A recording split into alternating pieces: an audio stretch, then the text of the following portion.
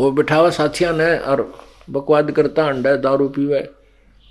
वो पैसा जो था वो उसमें ला दिया कि उसने बिजनेस शुरू कर दिया, उसमें लगा दिया, उसका एक्सीडेंट होगा छोरे का, लड़का मृत्यु को प्राप्त हो गया और पैसा सारा बर्बाद हो गया। अब हम नो बिरानी आग जलते हैं, जो बच्चों के संस्कार हैं वो उनको मिलेंगे, उनसे ना आप कम कर सकते ना ज्यादा कर सकते। हम इसीलिए चिचड़ हो रहे हैं इन बच्चों के लिए, इसलिए दुखी हुए रहते हैं कि कहीं न्यू ना हो जाए, ऐसा ना हो जाए, क्योंकि हमें ज्ञान नहीं। जैसे राजा जनक थे और सीता उनकी पुत्री थी, उनका ब्याह कर दिया। राजा जनक को पता था कि उनको वनवास मिल गया और वो जंगल में भटक रहे हैं, 14 वर्ष भटकेंगे, तो वो कर सकता था मदद अपनी बेटी की। राजा था, बहुत ही अच्छा राजा था, बहुत अच्छा धनवान राजा था। तो वहां जंगल वहां भी थे, अपना बेटी को और दामाद को वहां जंगल में बैठा देता कि ले भाई तुम अपने वन में रहो और खाना पीना यहां से जाएगा, खूब सुविधा दे सकता था। लेकिन नहीं, वो विद्वान था, वो ज्ञान भगवान के विधान से परिचित था कि बच्चे की किस्मत के साथ वो खुद संघर्ष करेगी, हम उसकी कुछ मदद नहीं कर सकते और ना ही ऐसा हमें करने में कोई लाभ होगा। रावण के साथ युद्ध हुआ तब भी जनक ने कोई एक्शन नहीं लिया कि जैसे इनके कर्म है ये आप निपटेंगे, और वैसा ही हुआ। जनक ने मदद ना करी तो भी सीता का जीवन जैसा था वैसा ही प्रफुल्लित हुआ। इस प्रकार जो समझदार व्यक्ति ज्ञान के आधार में चलेंगे तो या बिरानी आग ना जलेंगे। मान लीजिए बच्चे ने कोई व्यापार किया है और आप भी साथ ही लग रहे हो, हानि होगी। तो जब आपको ये ज्ञान होगा कि इसके भाग में ऐसा ही लिखा है तो घना दुख ना होगा, क्योंकि हम जीव हैं, थोड़ा बहुत ठेस तो लगेगी, पर यू ज्ञान फिर उसको मरहम जल्दी कर देगा, मलहम उसका तुरंत लगा देगा, वो दर्द ज्यादा नहीं दुखी करेगा।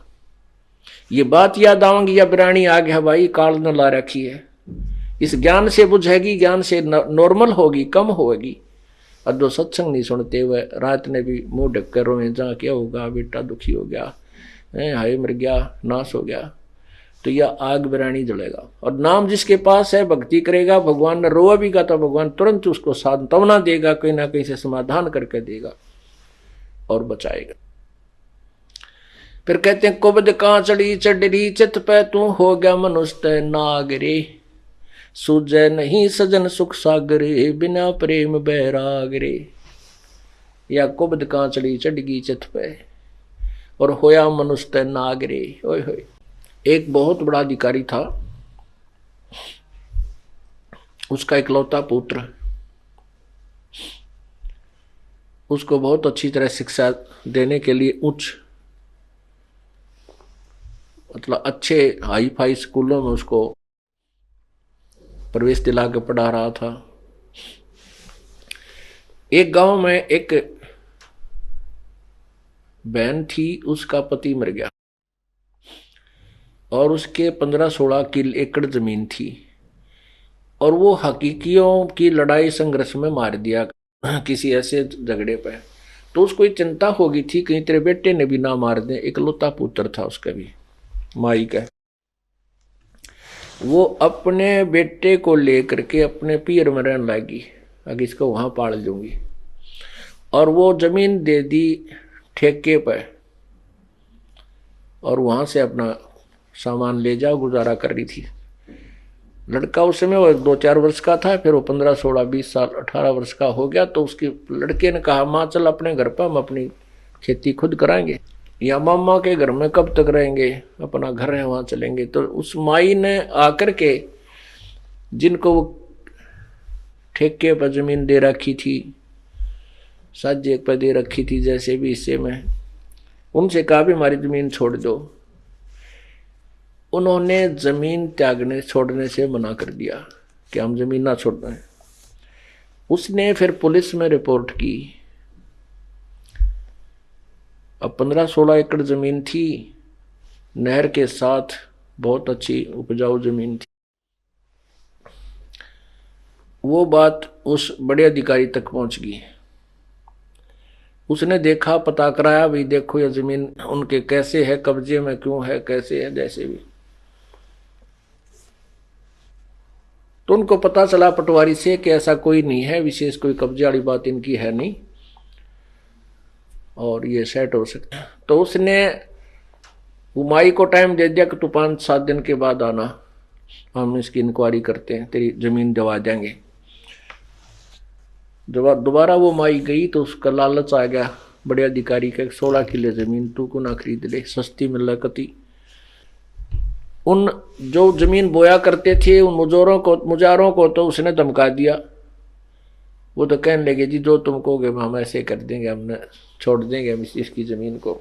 उधर से उस माई को कह दिया कि वो नहीं छूट सकती तेरी जमीन नहीं छूट सकती, उनके कब्जा हो गया है, उनका तो नाम गवाही चल रही है, ऐसे उगाही चल रही है, ऐसे ऐसे बता दिया। वो माई लागी रोन बुरी तरह। अब क्या होगा, ने बोला तने कुछ थोड़े बहुत पैसे चाहिए तो दिला दूंगा मैं। तो वह कई लाखों की जमीन थी, 10-20 हजार में वो माई पे ले ली, उस माई को दे दी, उसके अंगूठे दस्ते करवा के अपने नाम करो, अपने मतलब पत्नी का जैसे भी अपने कब्जे में उसने कर। अब बुढ़िया रोती हुई चली गई, क्या करे, जब यहाँ का सुप्रीम जब सबसे बड़ा अधिकारी है जवाब दे दे तो फिर कहाँ जाए इंसान। अब बुढ़िया अपना लेके 10-20 हजार रुपये 15-16 किला के 20 थे, पहले ऐसा सस्ता समय था, उसने अपना किता और गुजारा कर लिया, बेचारी ने दुख सुख पाई। अब उस अधिकारी ने जिसने उसकी मदद करनी चाहिए थी, उसका फर्ज कर्तव्य था,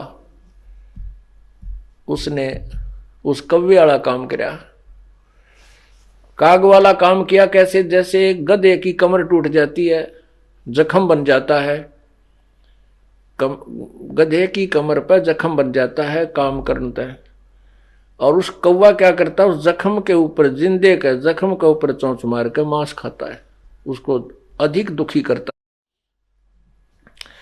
तो उस अधिकारी को चाहिए तो था उस माई की मदद करता, कोई बात ना माई ऐसी ऐसी स्थिति है और आपका जमीन आपको दिलवाई जाएगी, क्योंकि ये कर्तव्य है उनका। उसके स्थान पर उसने अपने लालच में वह जमीन अपने करवा ली, अच्छा ला दिया बाग नहर के साथ में। सोचा था बुढ़ापे में वहाँ खूब सैर सपट्टे करा करूँगा और तेरे बालक सेठ हो जाएगा तेरा बेटा।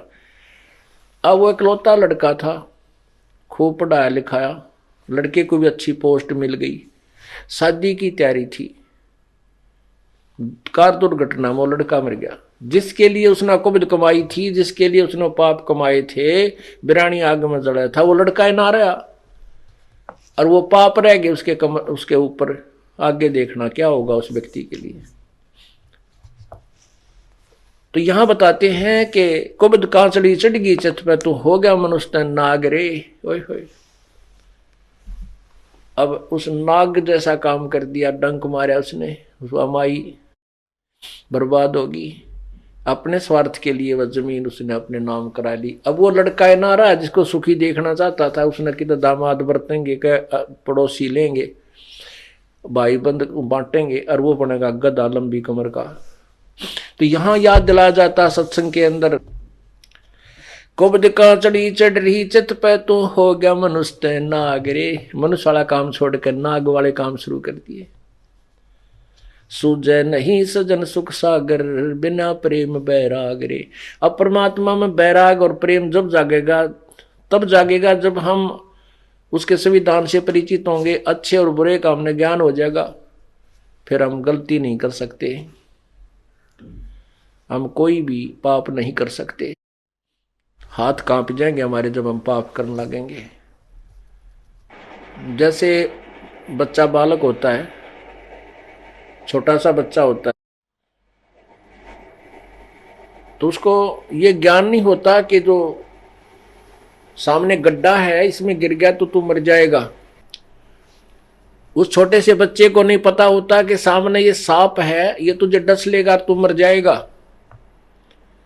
उस छोटे से बच्चे को पता नहीं होता कि सामने एक बिजली का तार नीचे गिरा हुआ है और स्पार्किंग कर रहा है, टूटा हुआ आपस में थोड़ा जोड़ उसके अंदर है, और उसमें आतिशबाजी सी हो रही है, उस बच्चे को नहीं मालूम कि ये तुझे मार डालेगी, उसको एक अच्छी वस्तु समझ के पकड़ देता है उस तार को और मृत्यु को प्राप्त हो जाता है। ऐसे ही उस सर्प को जाकर के पकड़ने की चेष्टा करता है, वो सर्प उसको डंक लगा देता है, लड़का मृत्यु को प्राप्त हो जाता है, वो बेटा या बेटी बच्चा। अब उस अबोध बच्चे को पता नहीं था कि कितनी भयंकर ये जानवर है, कितनी भयंकर ये वस्तु है बिजली, और कैसा ये गहरा गड्ढा है। जब वो बच्चा जब बड़ा हो जाता है, वो फिर उसको ज्ञान होता है कि बिजली इतनी भयंकर है, इसका हाथ लग गया तो मृत्यु हो जाएगी।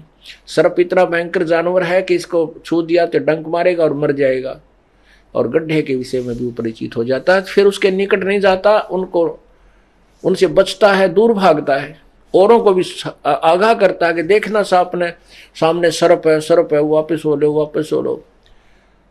तो पुण्यात्माओं, जब तक हमें तत्व ज्ञान नहीं होगा, भगवान के विषय में जानकारी नहीं होगी, हम उस छोटे से बालक की तरह हैं जिसने कतिकाएं का ज्ञान को नहीं, किसी विषय में नहीं जानता कि जो कर्म तू करने जा रहा है तुझे कितने भयंकर सिद्ध होंगे, तू तेरी जान के शत्रु बन जाएंगे, तेरे साथ क्या बनेगी, किस योनि में तू जाएगा। और जब हम सियाने हो जाएंगे, तत्व ज्ञान से हमारी बुद्धि विकसित हो जाएगी, फिर हम उस पाप को नहीं कर सकते। जैसे वो सर्प, ये पाप कर्म हमें सर्प दिखाई देंगे। पुण्यात्मा, पृथ्वी पर पाप क्यों बढ़ गया? अज्ञानता के कारण।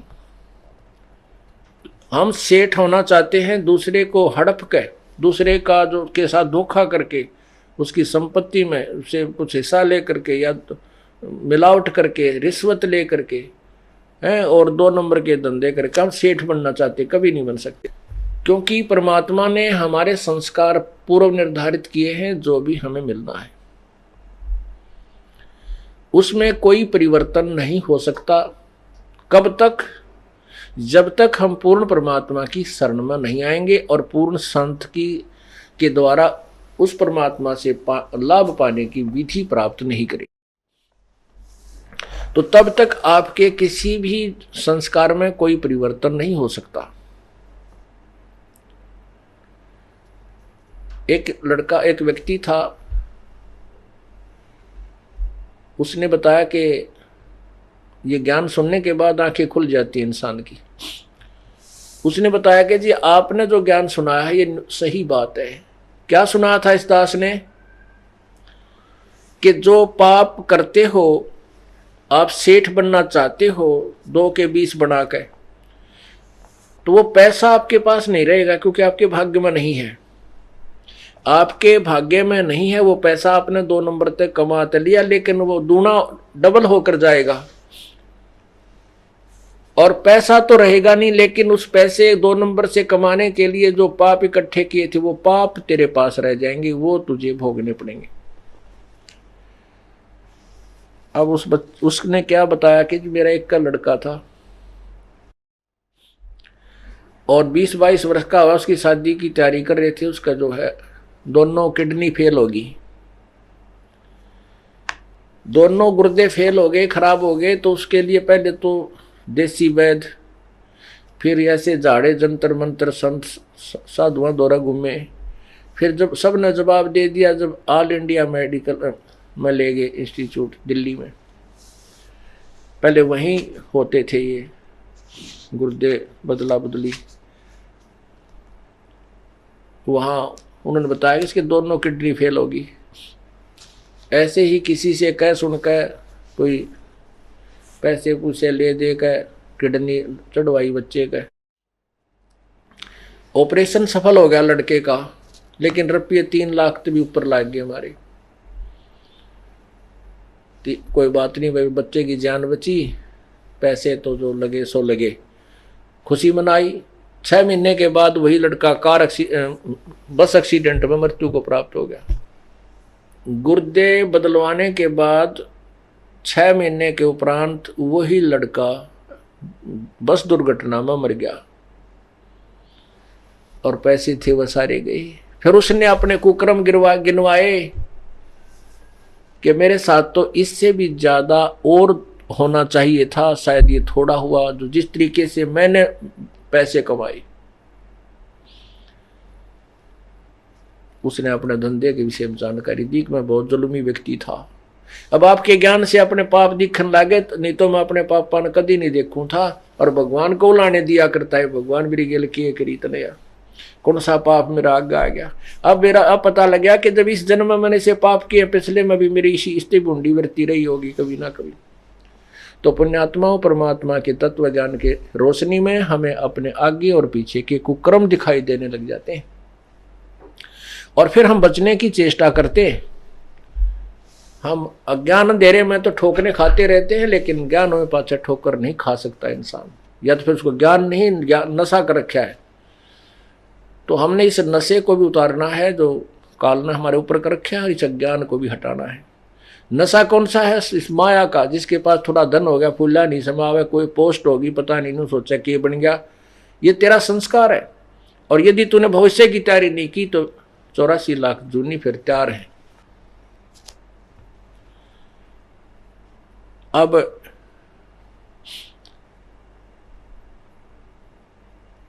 कुबद कांचड़ी चढ़ घी चित पे तू होया मनुष्य नागरे। अब सोजे नहीं सजन सुख सागर बिना प्रेम बैरागरे। अब वो व्यक्ति कह रहा था कि लड़का तो जाए लिया था, वो तो मर गया था, चलो मारा, और बाद उसके बाद जो रोना पीटना था वो भी हो लिया था, आँखों के आंसू भी समाप्त हो लिए थे रो रो कहने। अब जीवन कति निरस दिखाई देता, जैसे हम वैसे अंधकार में घूम रहे हों। अब आपका ज्ञान सुनकर, परमात्मा की महिमा से परिचित होने के बाद, अपने मनुष्य जीवन के शेष जो समय है उसकी उमंग होगी कि वो नाश तो होना ही था, और मेरे कर्म इससे भी बुरे थे, लेकिन अब उन पाप कर्मों को धोने का, साफ करने का, उनको समाप्त करने का तरीका मिल गया। और अब उमंग है जीने की, आशा है मालिक और जीवन दे तो भक्ति के लिए दे, तेरी भक्ति करता रहूं, नहीं तो इस जीवन का कोई चारम नहीं रहा था। पुण्यात्माओं, ये तो जो अब हम मान ले बालक हो आप, अब आपको जीवन का के उद्देश्य का पता लग गया। जीने की इच्छा जो है वो इसलिए बनी रहेगी कि आपकी भक्ति करने अधूरी ना रह जा। अब आपको एक न्यारी उमंग बनेगी जीने की। नहीं तो ये डरे ढोरे थे पशु जैसे, धंधे करे पड़ के सोगे, तड़के करे, दिन में धंधे करे, रात में पड़ के सोगे। किसी के पास 2 पैसे हैं तो कितना बकवाद नाम लागे, कितना होटल में जाकर बकवाद करे, घूटी शूटी लाओ है, और कितना राजनीति में फंसे बैठे रहेंगे। यानी मूल उद्देश्य को भूल करके अपना जीवन व्यर्थ कर जाते। इसलिए बताते हैं कि सूझे नहीं सजन सुख सागर बिना प्रेम वैराग्य। अब परमात्मा का ज्ञान हो गया, मनुष्य जीवन किस लिए हमें मिला था ये पता लग गया, और वो उद्देश्य पूरा हो गया। क्योंकि मनुष्य जीवन में सत भक्ति करनी चाहिए। अगर भक्ति करे तो सत्य करे, सत्य का मीन है शास्त्र अनुकूल करे। पवित्र गीता जी अध्याय नंबर 16 के श्लोक नंबर 23 में कहा है कि शास्त्र विधि को त्याग कर जो मनमाना आचरण करते हैं, अर्थात अपने मनमानी पूजाएं करते हैं जो शास्त्र अनुकूल नहीं है, उनको ना तो कोई कार्य सिद्ध होता है, उनका ना कोई सिद्धि होती है, ना सुख होता है, ना उनकी गति होती है। और इन 3 वस्तुओं के लिए हम भक्ति करते हैं। फिर हमें मनुष्य जीवन का जो ज्ञान हो गया कि ये किस लिए हमें मिला था, परमात्मा की भक्ति करनी है और शास्त्र अनुकूल करनी है। और शास्त्र अनुकूल भक्ति करते हुए जो तुम्हें आनंद आएगा, जो खुशी होगी, फिर जब ये संसार छोड़कर हम जाएंगे तो हमें आगे जा करके पछताना नहीं पड़ेगा।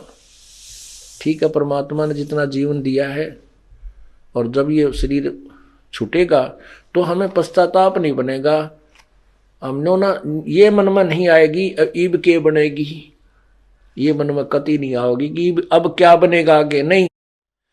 अब हमने जैसा हमारी सामर्थ्य थी, जितनी हमारी मेहनत हमने किया, जैसा भी भक्ति की, वो आगे हमें प्यार मिलेगा। अब हम खाली नहीं जा रहे।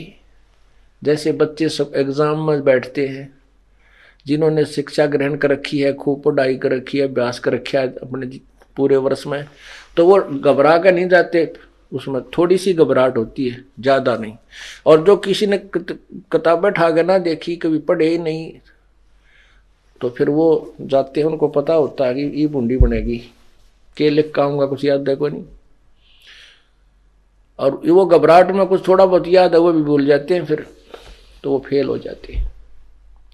ऐसे ही जब हम यहाँ संसार छोड़कर चलेंगे, क्योंकि हमने परमात्मा की जैसी सामर्थ्य अनुसार अपनी भक्ति दान धर्म किया हुआ है, तो हमने चिंता नहीं बनेगी, निर्भय होकर जाएंगे।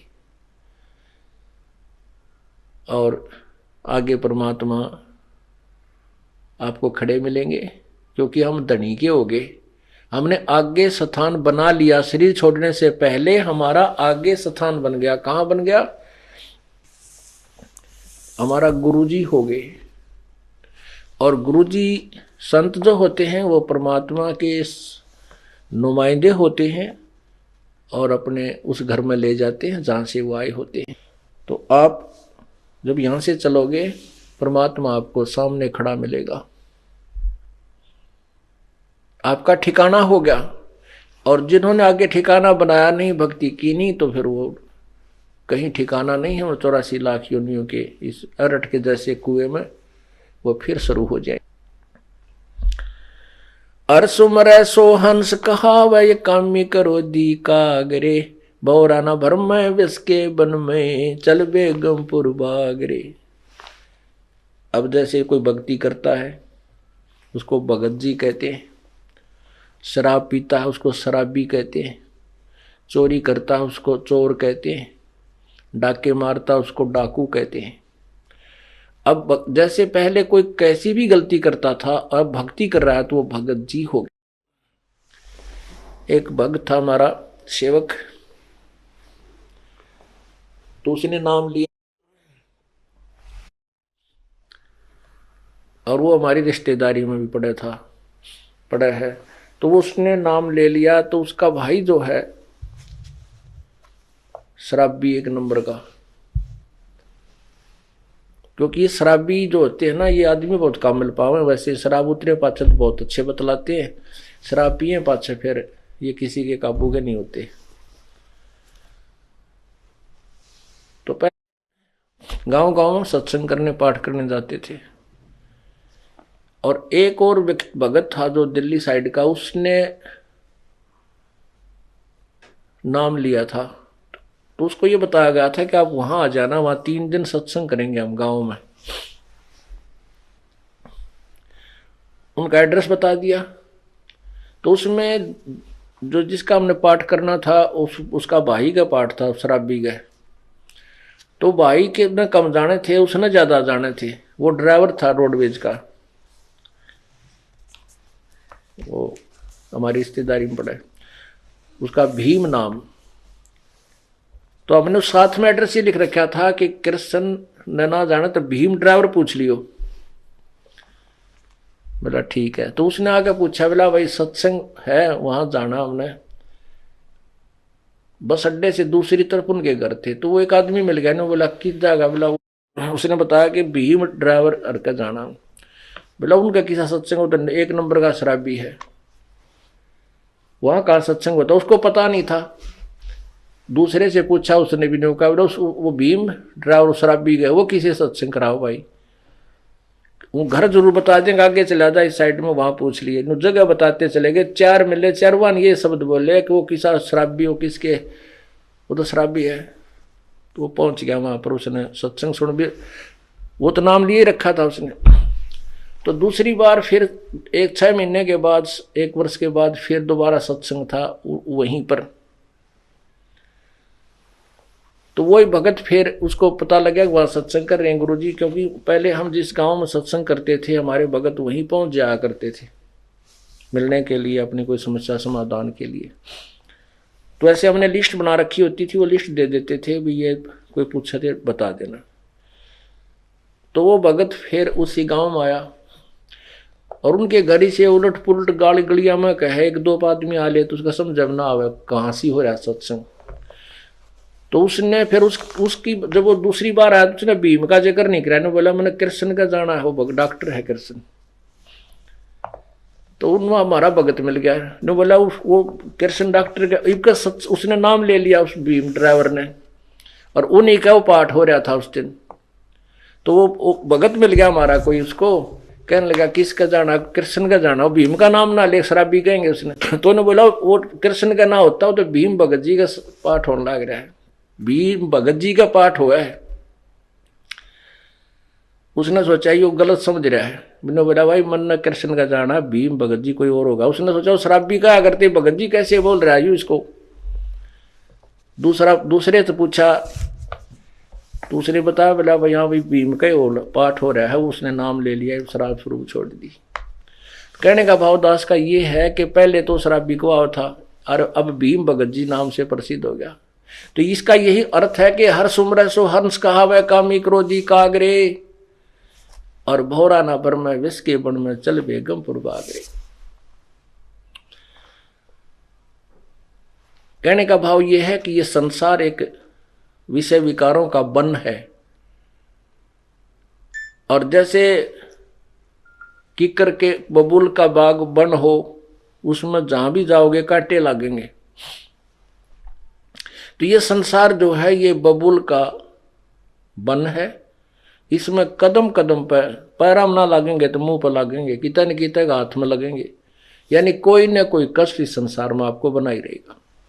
बेगमपुर बाग में चलो जहां पर कांटे नाम की चीज नहीं, बेगमपुर, बेगम जहां कोई कष्ट ना हो, कोई दुख ना हो, कोई गम ना हो। अब ये जैसे ये जो शब्द इस दास ने सुनाया है, ये एक नित्यानंद जी संत हुए हैं, उनका उनकी इसमें छाप लगी है। और वैसे ये यही शब्द कबीर परमात्मा की शब्दावली में भी है, उसमें 2 लाइन और एक्स्ट्रा हैं। तो ये संतों ने ऐसे एक दूसरे की ज्ञान से ही ज्ञान होता है, उनके ज्ञान सुन के इसने अपनी तरफ से बना दिया। बाकी संकेत यही है जीव को बुराइयों से हटा करके और अच्छाई की तरफ ले जाना। अब जिसको जितना ज्ञान है वो वहीं तक बोल सकता है। नित्यानंद जी के गुरुदेव जो है गुमानी दास जी विष्णु उपासक थे। अब इन संतों ने भक्तों ने स्वर्ग को ही बेगमपुर मान रखा है, लेकिन स्वर्ग जितना दुख की तभी को नहीं, क्योंकि हम सुख मान रहे हैं इस गोटी सूटी लाड़ने, डांस डूंस देखने, अच्छे फल आहार खाने को, इसी को सुख मान रहे। और वो स्वर्ग में अपने ही पैसों से, अपने धन से खूब प्राप्त है, वहां पर पर्याप्त भी है और प्राप्त भी है। कहने का भाव यह है कि हमने वो, इसने जो महापुरुष ने नित्यानंद जी को जो ज्ञान था, इसने स्वर्ग तक के ही जाने के लिए प्रेरणा दी है। लेकिन अब हमें ज्ञान हो गया कि हमें तो सतलोक चलना है, इसलिए हमने इन्हीं प्रेरणाओं से अपने सतलोक की तरफ अग्रसर होना है, बुराइयों से बचना। कहते हैं भौरा ना भर में इस विष के वन में, विषय विकारों का जो जहर रूपी वन है, इसमें मत चल बेगमपुर बागरे, सतलोक को चल। कबीर साहब के शब्द में, इसी शब्द में, जो कि तो पूरी पंक्तियां ये तो हैं ही, लेकिन लास्ट वाली नहीं, उसमें क्या है कि मान ले तू जाग भी गया, ये जागना नहीं है कि सुबह उठा रोका भर के पीन लग गया, गुड़ गुड़ करने लग गया। कहते उठ सवेरे भरात्मा खू के जाग्या निर्भाग रे, राम सुमरा ना कोई सुख, शुक्रम की ना फूटे तेरे भाग रे। अब सुता उठते हो कब्र का बैठ गया, पता के जाग गया तू, इस तरह पड़ा रहे तो ठीक सही, एक पाप और शुरू कर दिया। उके में कितना पाप है, सो नारी जारी करे सुरापान 100 बार, एक चलम हुक्का भरे वो डूबे काली धार। एक हुक्का का मीन तम्बाकू से है, तम्बाकू चाहे सिगरेट में पीवो, चाहे बीड़ी में, चाहे हुक्के में, चाहे सूंघ लो या खावे, सारा ही दोष है। एक भक्त दुकान कर रखी थी एक ने, और वो एक भक्त जो है सिगरेट पीता जा, बूढ़ा आदमी, नाम लिया था उसने, 1 वर्ष हो गया था। और दूसरे भगत का लड़का बोला ताऊ तू सिगरेट पीवे, गुरुजी ने मना कर रखा भाई, तेरा तो नाम टूट गया। ने बोला ना बेटा, नो के नाम टूटा है। बोला गुरुजी ने ओका पीन तो मना कर रखा है, सिगरेट थोड़े नटे थे। तो जिसने बकवाद करनी है, जिसने मर्यादा नहीं निभानी है, वो अपने कोई सिस्टम तैयार रखे। तो लड़के ने बल्कि उसको कहा था वो तुम तो नाश कर दिया अपनी भक्ति का, तम्बाकू तो है ही, चाहे सिगरेट में पी ले, जहर न चाहे गिलास में पी ले, चाहे किसी कटोरी में गाल के पी ले, तो जहर है। तो क्या बताते हैं, कहते हैं पर द्वारा स्त्री का खुल है, 70 जन्म अंधा हो डोल है। सुरापान मदमासा हारी, गमन करें भोगे पर नारी, वो 70 जन्म कटेंगे शीशम, साक्षी साहिब है जगदीशम। जैसे किसी पर स्त्री गमन करने वाले को कितना दोष होता है, कहते हैं 70 जन्म अंधा हो डोल है। फिर सुरापान मदमासा हारी, दारू पीवे, मांस आहार करे और पर स्त्री गमन करे, उसके साथ क्या होगा, सुरापान मदमासा हारी, गमन करे भोग पर नारी, 70 जन्म कटेंगे शीशम, साक्षी साहिब है जगदीशम। कहते हैं उसके 70 जन्म तक बुरी तरह दुर्गति से मृत्यु होगी, कभी मुर्गा बनेगा, कभी बकरा बनकर उसके शीश कटेंगे, यानी दुर्गति से बहुत बुरा हाल होगा। अब उन सबको मिलाकर 100 नारी जारी करे, ओए होए, और 100 एक, फिर कहते हैं मदरा पीवे कड़वा पानी और 70 जन्म कुत्ते के जानी, ओए होए। शराब पीने वाले के 70 जन्म कुत्ते के होंगे कंटिन्यूस। आगे गधे वाली नंबर जब बाद में होगा, पहले कंटिन्यूस 70 जन्म कुत्ते के होंगे, और कुत्ते का जन्म तो एक कब तेरा। अब तो दारू पीकर बकवाद करें, और फिर कुत्ता गंदे नाले का पानी पीता है। तो कहने का भाव ये बता रहे हैं परमात्मा के 100 नारी जारी करे, एक पर स्त्री गमन का कितना पाप है, 70 जन्म अंधा हो डोला है, और 70 जन्म कटे शीशम। और कहते ऐसे ऐसे 100 कुक्रम कर ले, 100 पाप, 100 नारी जारी करे सुरापान 100 बार। एक बार शराब पीने तक कितनी हानि बताई, मदरा पीवे कड़वा पानी, 70 जन्म कुत्ते के जाने। 100 नारी जारी करे सुरापान 100 बार, और एक चलम हुक्का भरे, वो डूबे काली धार। उनसे भी अधिक कितना पाप है, कहते एक हुक्का भर के देने वाले को, पीने वाले का तो बेड़ा गर्क होएगा, जो भर के दे उसमें सहयोग देता है उसको भी इतने पाप लगेंगे, वो भी डूबे काली धार अर्थात घोर नरक में डाला जाएगा।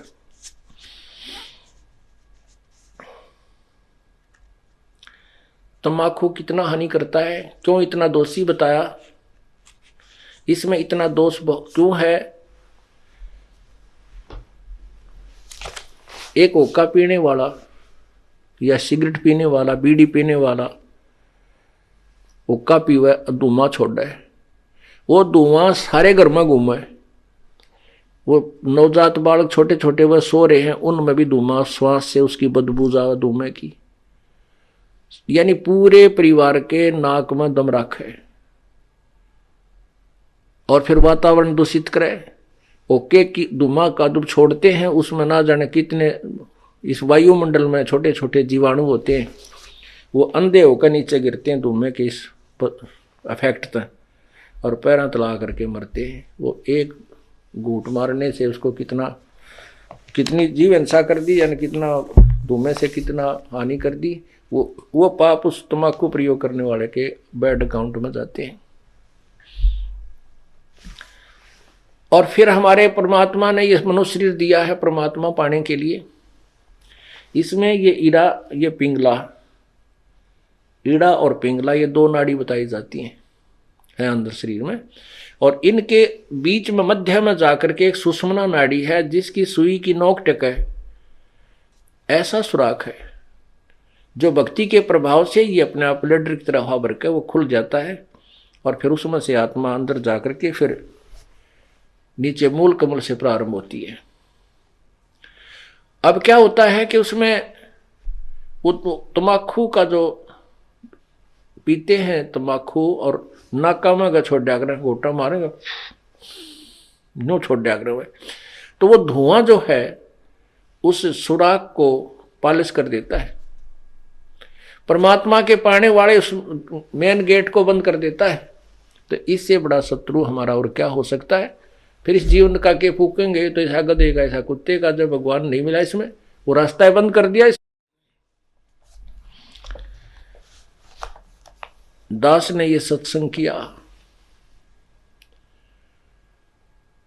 और वो पुण्यात्मा जो बूढ़ा मैं बताऊं था कि भाई बुढ़ापे में सारी उम्र तक खो दी और 65 साल की उम्र हो ली थी, ये सत्संग सुन रहा था ऊपर बैठ कर दूसरे बेटे की छत पर, आगे पाखंडी है मेरा छोरा भुका लिया, मन मनो का था मेरे से गंदे गंदे विचार आवे थे आप आए जब आपके।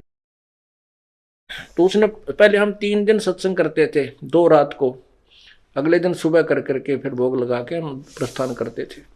तो पहले दिन तो उसने सुना बूढ़े ने सत्संग, और दूसरे दिन तो वो सत्संग, जब अगले दिन भी उसने सत्संग सुना, भोग लगना था अगले दिन तो बूढ़ा यानी शाम के समय जब सत्संग खत्म हो लिया वो आ गया,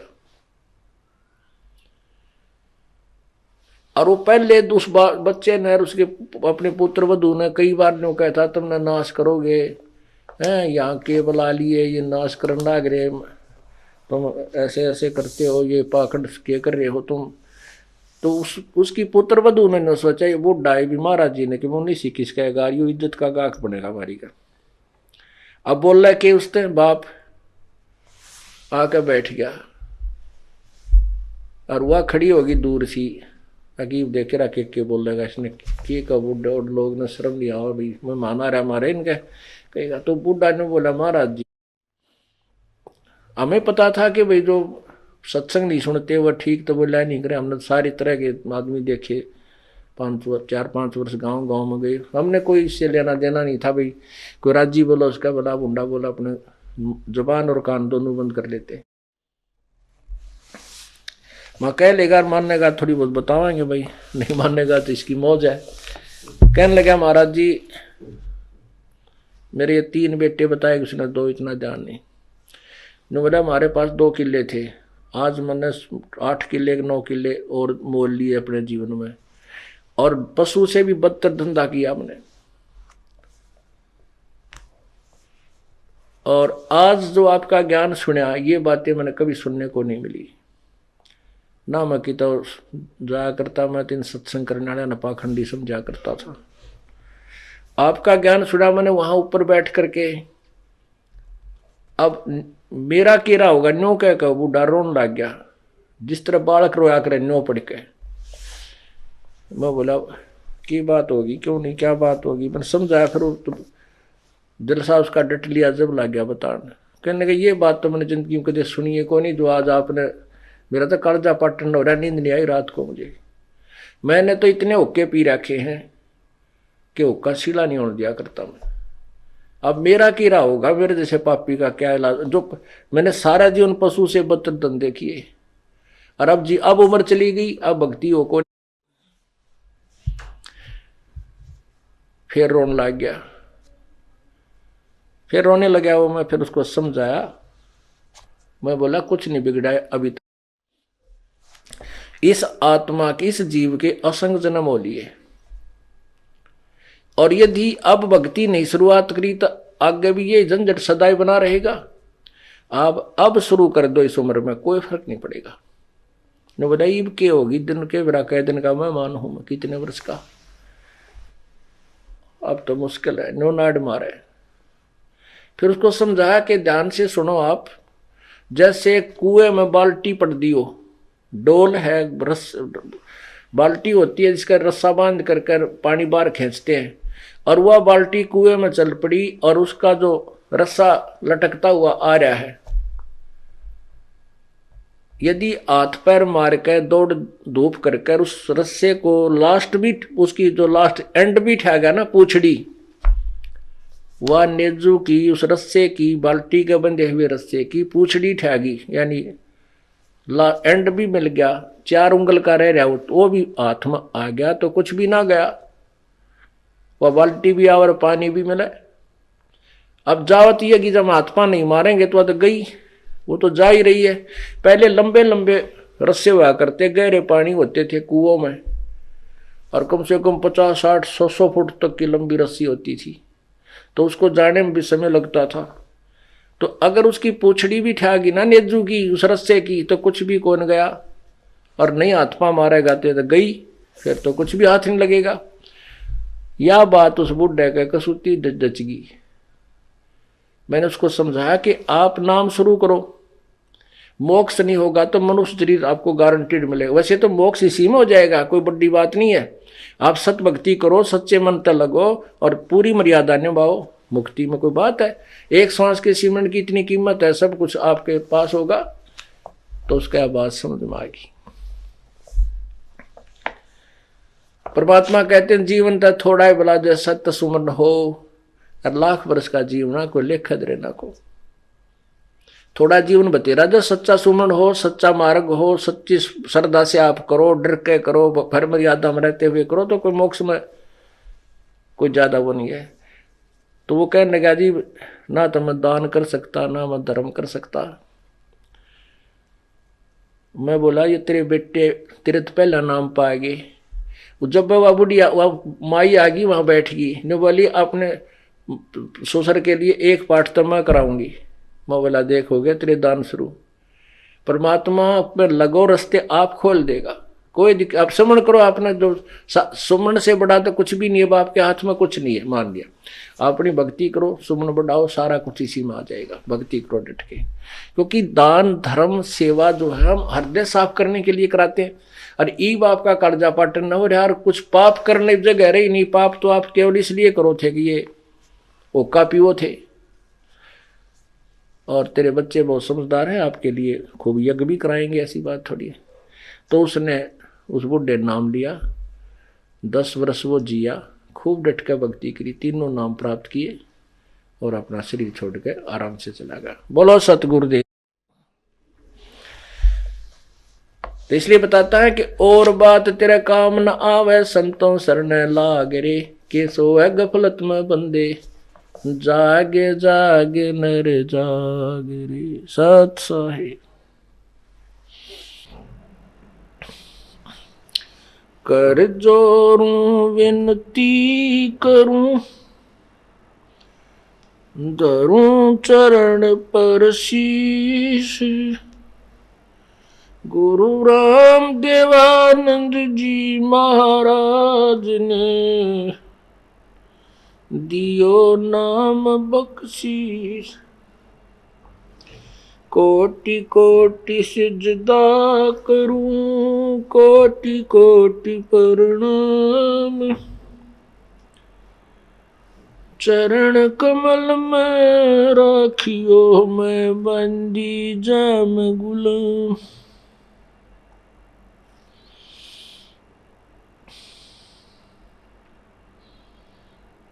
कुत्ता तेरे दरबार का, मोतिया मेरा नाम, गले प्रेम की जेवड़ी, आँखें चोवा जाऊं मैं, तो करो तो बावड़ू, दूर दूर करो तो जाऊं, जो राखो तो ही रहूं, जो देवो सो खाऊं। जय इब के सतगुरु मिले, सब दुख आखू रोए, चरणों ऊपर शीश धरूं, कहूं जो कहनी हो, गुरु जी तुम ना भूलियो, चाहे लाख लोग मिल जाएं, हमसे तुमको बहुत है, तुमसे हमको नहीं।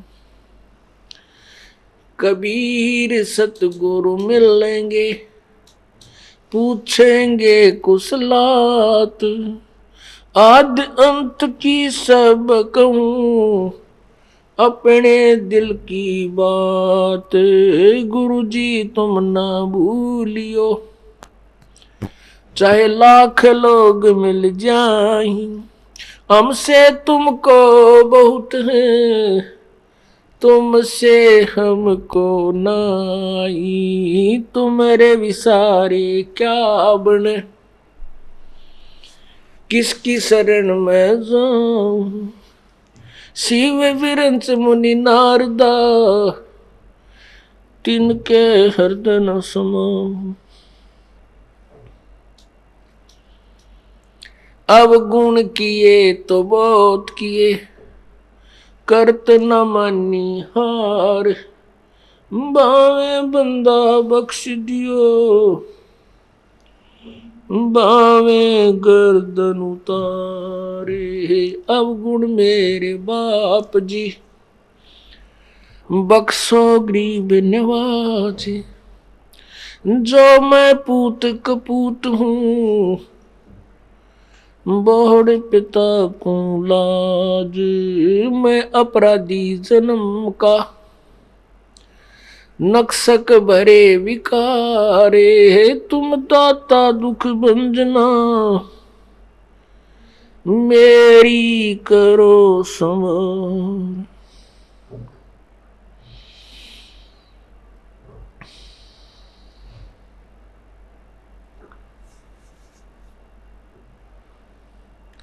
राम नाम रटते रहो, राम नाम रटते रहो, जब तक घट में प्राण। कबहू तो दीन दयाल के भनक पड़ेगी कौन।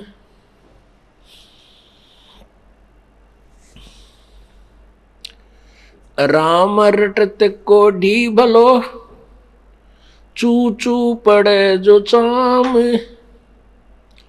वो सुंदर शरीर किस काम का, जामुख नाही नाम। राम रटत दारिद्र भलो, टूटी घर की छान। वो कंचन मैल किस काम के, जहां भक्ति नहीं भगवान। राम रटत कन्या भली, साकट भला न पूत। जैसे छेरी के गल में गल थना, जिसमें दूध न मूत।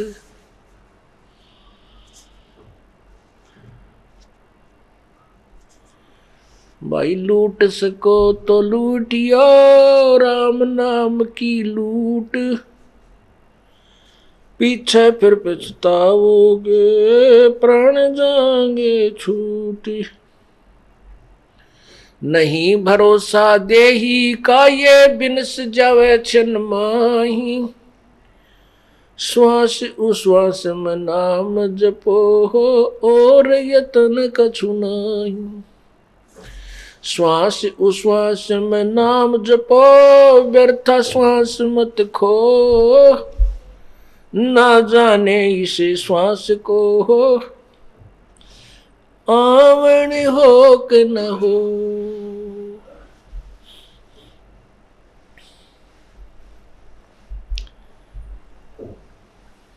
परम पिता परमात्मा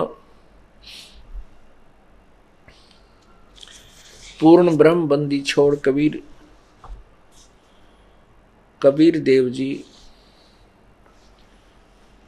कबीर परमेश्वर, अल्लाह कबीर, हक्का कबीर, सत कबीर, अविनाशी कबीर, ये वही परमात्मा है जो बनारस में, काशी में 120 वर्ष तक एक धानक की अर्थात जुलाहे की भूमिका करके अपने तत्व ज्ञान का प्रचार करके और अपनी समर्थता का प्रमाण दे करके सहशरीर सतलोक चले गए थे। सहशरीर आए थे, सहशरीर सतलोक चले गए थे। पूरे विश्व में एक यही पूर्ण रूप से एक उदाहरण है, एक प्रमाण है कि परमात्मा सहशरीर आए थे और सहशरीर वापस गए थे।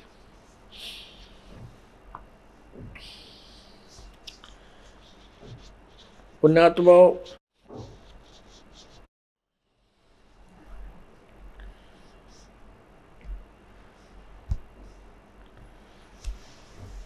आपका सौभाग्य है कि आपको ये तत्व ज्ञान सुनने को मिला।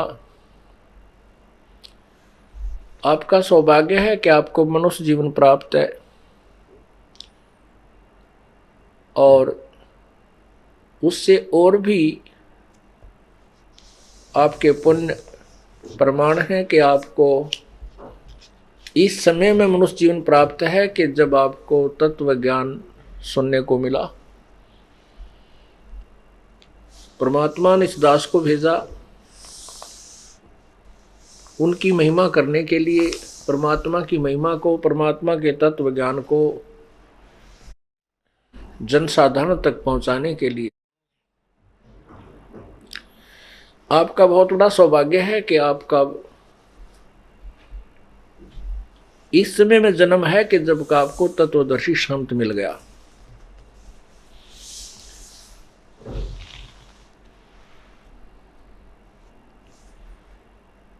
पूर्ण परमात्मा की प्राप्ति के लिए आत्मा उसी दिन से प्रयत्नशील है जिस दिन से ये उससे बिछुड़ी है, क्योंकि काल भगवान ने उसी दिन अपने रंग दिखाने शुरू कर दिए थे जिस दिन से हम इसे मिले। अर्थात हम सभी आत्माएं दुर्गा के अंदर थे और दुर्गा एक युवती लड़की परमात्मा ने बनाई और इस काल के पास भेजी थी। इस काल भगवान ने उसके साथ उसी समय से दुर्व्यवहार शुरू कर दिया था और उसी समय से वो परमात्मा को पुकारने लग गई थी, मेरी रक्षा करो, मुझे बचाओ। उसके बाद फिर हमारा जन्म हुआ। हम यहाँ पर काल ने सूझबूझ से इस 5 तत्वों की कैद में बांध करके ये झूठा सारा साजबाज हमारे ऊपर जकड़ दिया और हमें जीव बना दिया। पहले हम हंस रूप थे, परमात्मा परमहंस रूप है। हम आत्मा थे, प्रभु परमात्मा है। आत्मा और परमात्मा के गुण बहुत से मिलते जुलते हैं, केवल सामर्थ्य में अंतर है। बाकी परमात्मा का शरीर भी नूरी है, हमारा शरीर भी वहाँ नूर का होता है। आत्मा भी अविनाशी है, प्रभु भी अविनाशी है, लेकिन परमात्मा समर्थ है और आत्मा समर्थ नहीं है। अब हम वहां पर परमात्मा जैसे गुणों युक्त थे और यहां आकर के हम जीव बन गए। धर्मदास साहिब जी कहते हैं, मेरे हंसा भाई हंस रूप था जब तू आया, अपना स्वरूप भूल में भूला ताते जीव कहाया। मेरे हंसा भाई तू हंस रूप था जब तू आया। अब हमने उस परमात्मा को पाने के लिए फिर हंस ही बनना होगा, तभी हम उस परमेश्वर को पा सकेंगे, उसके लोक में रह सकेंगे। उसी समय से ये आत्मा परमात्मा की चाह में लगी हुई है। इस काल भगवान ने अपनी सूझबूझ से इस जीव आत्मा को भ्रमित कर दिया। झूठे गुरु बना के, झूठे संत भेज के शास्त्र विरुद्ध साधना पर सबको आरूढ़ कर दिया। पूर्ण परमात्मा का नामो निशान मिटा दिया। भगवान कैसा है, कौन है, ये सारी रोल गदोड़ कर दी। कोई कहता है भगवान निराकार है, कोई कहता है भगवान विष्णु है, कोई कहता है भगवान शिव जी है, कोई कहता है भगवान ब्रह्मा है। यही सर्वसृष्टि रचनहार है।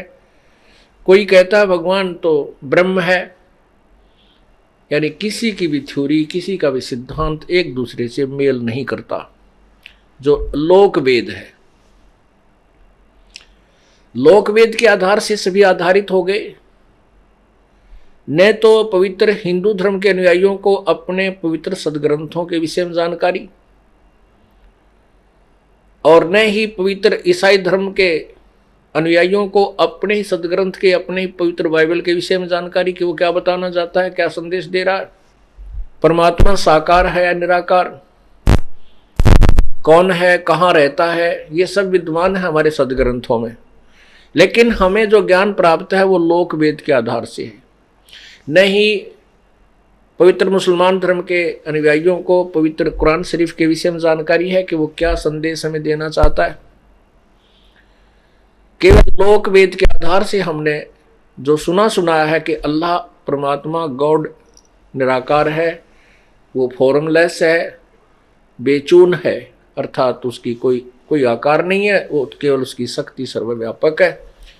तो इस तरह की थ्योरी से, इस तरह के सिद्धांत से हम एक दूसरे से सुनकर संतुष्ट हो चुके थे।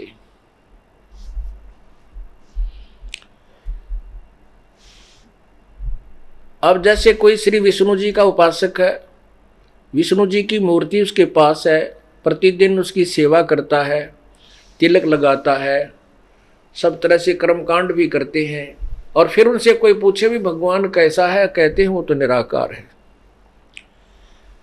तो ये हम बिल्कुल बालक जैसा ज्ञान था हमारा, बालकों जैसा, बच्चों जैसा। ऋषि महर्षि और ब्रह्मा विष्णु महेश का भी ज्ञान बच्चों जैसा ज्ञान है, वो सदग्रंथों से अपरिचित है।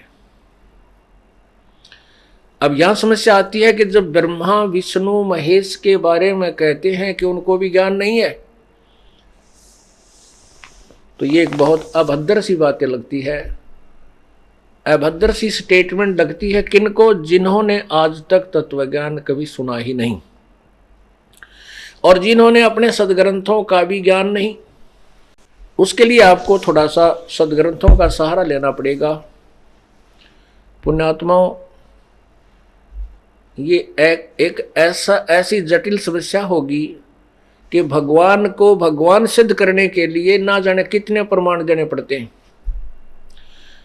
लाल को लाल ही सिद्ध करने के लिए ढेर सारे प्रमाण देने पड़ते हैं, क्योंकि लाल को तो हमने, किसी ने, अनजानों ने कौड़ी बना रखा है, और छोटे सिक्कों को लाल सिद्ध कर रखा है। उनको उनका मैं तो हमें सुना रखा है, लेकिन लाल के गुण जरूर गा रखे हैं, परंतु लाल से अपरिचित हैं। ब्रह्मा विष्णु महेश भी ज्ञान से परमात्मा के बारे में बिल्कुल नहीं जानते, अपरिचित हैं। सबसे पहली बात तो ये ध्यान रखनी चाहिए, हमें याद रखना चाहिए कि हमने श्री ब्रह्मा जी, श्री विष्णु जी, श्री शिव जी का ज्ञान कहाँ से प्राप्त हुआ? पवित्र पुराणों से, क्योंकि इनसे अलग कोई शास्त्र नहीं जो इनकी जानकारी देते हो। उन्हीं पुराणों में क्या लिखा है वो हम अब स्वयं पढ़ेंगे, क्योंकि हम अब अक्षर ज्ञान युक्त हैं। पहले समस्या क्या रही कि हमारे पूर्वज थे वो तो थे अनपढ़, अशिक्षित, और एक संस्कृत भाषा को पढ़ने का एक ही वर्ग को अधिकार था। उनको ABC का ज्ञान था ही नहीं, क्योंकि ब्रह्मा को नहीं, विष्णु को नहीं, शिव जी को नहीं, तो अन्य देवता ब्राह्मणों को और गुरुओं को, संतों को, ऋषियों को कहां से हो सकता है? आपको एक झलक दिखाते हैं।